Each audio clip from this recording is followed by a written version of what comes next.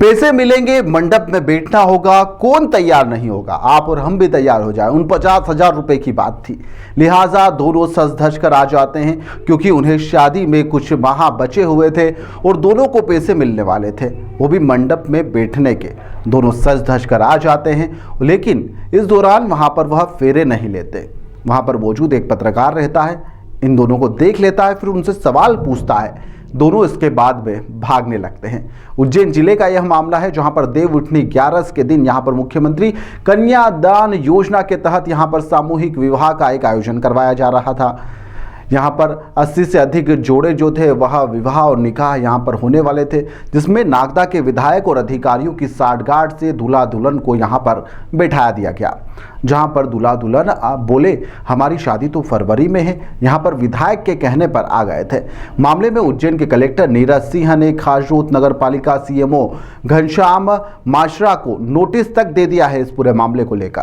उज्जैन जिले के नागदा विधानसभा की नगर पालिका में मुख्यमंत्री कन्यादान योजना के तहत यहां पर 81 जोड़ों का विवाह संपन्न करवाया जा रहा था। इस विवाह में एक फर्जी रूप से विवाह करवाने का भी मामला प्रकाश में आ गया, जिसका वीडियो जमकर सोशल मीडिया पर वायरल हो रहा है। विधायक और नगर पालिका के अधिकारियों के द्वारा रतलाम के एक जोड़े को शादी के लिए बुलाया गया और यहां पर बैठा भी दिया गया। मामले का खुलासा तब हुआ जब मंडप में बैठे वर वधू सारी रस्में तो उन्होंने निभा ली, लेकिन जब दूल्हा दुल्हन की मांग भरने की बारी आई तो उन्होंने मांग नहीं भरी, मंगलसूत्र भी नहीं पहनाया, ना ही दोनों ने साथ फेरे लिए। जब दूल्हा दुल्हन से पूछा गया कि ऐसा क्यों नहीं कर रहे हो, तो उन्होंने बताया कि उनकी शादी अगले साल फरवरी महीने में तय होना है।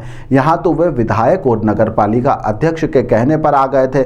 ऐसे में दूल्हा दुल्हन का यह जो वीडियो है यह जमकर वायरल हो रहा है। वह कह भी रहे हैं कि हम लोगों से कहा गया था कि यहाँ पर 49,000 रुपए का चेक उन्हें मिलेगा। सुनिए क्या कुछ कह रहे हैं। क्या हो गया, आपने शादी क्यों नहीं की, महामान क्यों नहीं भरी? नीचे कर लो, मेरी बात सुन, मैं मीडिया से हूँ, प्रेस क्लब से हूँ ना।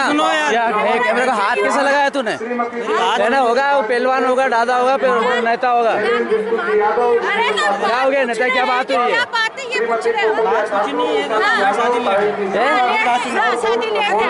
क्या हुआ बताओ। नगर परिषद आए थे अपन वहाँ पे रोकन दिया हमको हाथ से। मैंने बोला हमारी शादी फरवरी में हमारे को फॉर्म भराया गया है। उसके बावजूद हमारे को बोला कि आप वहाँ पे जाओ और आप जाके वहाँ बैठो, जो प्रक्रिया है वो आपकी पूरी करो, कोई दिक्कत नहीं है। आप फेरे मत लेना है ना, आप फेरे मत लेना, आप मांग मत करना, बाकी जो भी विधि है वो आप कर लेना है ना। किसने बोला ऐसा? विधायक जी से खचरोद में मीटिंग हुई थी, खचरोद में मीटिंग हुई थी। नगर पालिका के जो अध्यक्ष है ना राकेश जी राठौड़ भैया, उन्होंने क्या बोला? मीटिंग वगैरह हुई थी, क्या फार्म भर दो, कि ऐसे बहुत सारे लोग हैं जिनकी तारीखें पहले निकल चुकी है, तो क्या मतलब तारीखें निकल चुकी है ना, तो आप फॉर्म भर दो है ना, और आप फेरे मत करना, मांग मत करना, विधि विधान आप सब कर लेना है ना, कोई दिक्कत नहीं। हमारे विधायक जी से बात हुई थी पूरी, आप हमारे साथ में चलिए बोले विधायक जी के पास, कोई दिक्कत नहीं हमको। नहीं वो क्या नाम है आपका? नहीं आपका क्या? रुको डॉक्टर साहब, आज सामूहिक विवाह जो था उसके अंदर एक जोड़े द्वारा ना तो फेरे लिए गए ना हवनपुर। पूरे मामले में भारतीय जनता पार्टी के नागदा विधायक तेज बहादुर का भी बयान सामने आ गया है। उन्होंने कहा है कि मालवा क्षेत्र में यहां पर 15 से 25 किलोमीटर में परंपराएं बदल जाती है। अगर हमें मालूम होता कि हम इन्हें सामूहिक विवाह में शामिल नहीं कर सकते हैं, जिस पर पद्धति में यहाँ पर नागदा में विवाह करवाया जा रहा था, उसको यह लोग नहीं मानते हैं। हो सकता है कि इन्होंने ऐसा नहीं किया है। प्रोसेशन में उन्होंने वरमाला डालने की बात कही थी। वहीं पर अगर पता है चला है कि यह एक विषय सामने आया है, तो यह उनका निजी विषय हो सकता है कि उन्होंने यहाँ पर शादी नहीं करी।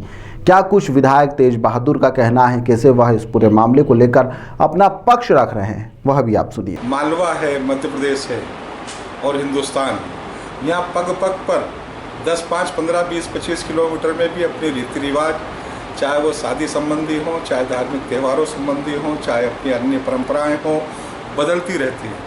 कोई आवश्यक नहीं कि नागदा में जिस पद्धति के साथ विवाह संपन्न कराया जा रहा था, सामूहिक विवाह, उसको सारे लोग मानने वाले हों। मेरे को भी वो मिले थे जब प्रोसेसन चालू किया था, उन्होंने मुझसे कहा था कि हम केवल वरमाला डालेंगे। मैंने कहा अच्छी बात है, मुझे अगर ये पता होता कि इसमें का विषय बनेगा तो उनको बैठने के लिए नहीं कहते, हम तो पहले से ही उनको अलग से ही बिठा के रखते हैं। ऐसा कोई विषय नहीं। जैसे मैं आपको बताऊं, मान लीजिए पहले तो जिले भर का रहता था, जिले की लड़की होती थी, अब तो मध्य प्रदेश भर की कहीं की भी लड़की हो सकती है। मान लो कोई झाबुआ की या आदिवासी अंचल की कोई बहन आ गई, बिटिया आ गई, वो इस पद्धति से विवाह नहीं करना चाहते होंगे, तो भाई उनने आवेदन किया है, उनके आवेदन पर जांच पड़ताल हुई है, वो पात्र पाए गए हैं, कोई आवश्यक नहीं कि वो इस रीति रिवाज से शादी करें। समझ गए ना आप। अब दूसरी बात कि हमने तो सुबह 8 बजे से प्रोसेसन प्रारंभ होकर और 11, साढ़े 11 बजे, 12 बजे तक विवाह संपन्न हो गया।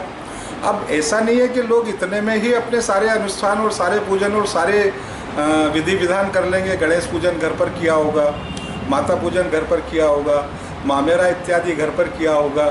तो लोग शासन की इस योजना को लाभ लेते हैं, जो इस पद्धति से जिनकी अंतरात्मा स्वीकार करती है। जैसे मान लीजिए एक मुस्लिम जोड़ा भी था, उसने आया, उन्होंने यहीं पर अपना निकाह का कार्यक्रम कबूल किया। मान लो यहाँ पर उसकी एक अकेले की व्यवस्था नहीं हो पाती तो वो यहाँ शामिल होते, पर व्यवस्था अपने घर पर भी कबूल किया जा सकता था। तो ऐसा ये अपनी एक परंपरा है, शासन की योजना का लाभ पात्र व्यक्तियों को, गरीब व्यक्तियों को मिले, लेकिन वो अपनी परंपरा के अनुकूल ही विवाह संपन्न कराएं, उसमें कोई ऐसी बाध्यता नहीं है। समझ गए ना। तो इतना ही मुझे कहना है इस मामले में। ये कोई ऐसा विषय नहीं है कि तुमने मांग क्यों नहीं भरी, तुमने पूजन क्यों नहीं किया, तुमने ये क्यों नहीं किया, ये कोई विषय नहीं है। ये व्यक्ति की अपनी स्वतंत्रता है।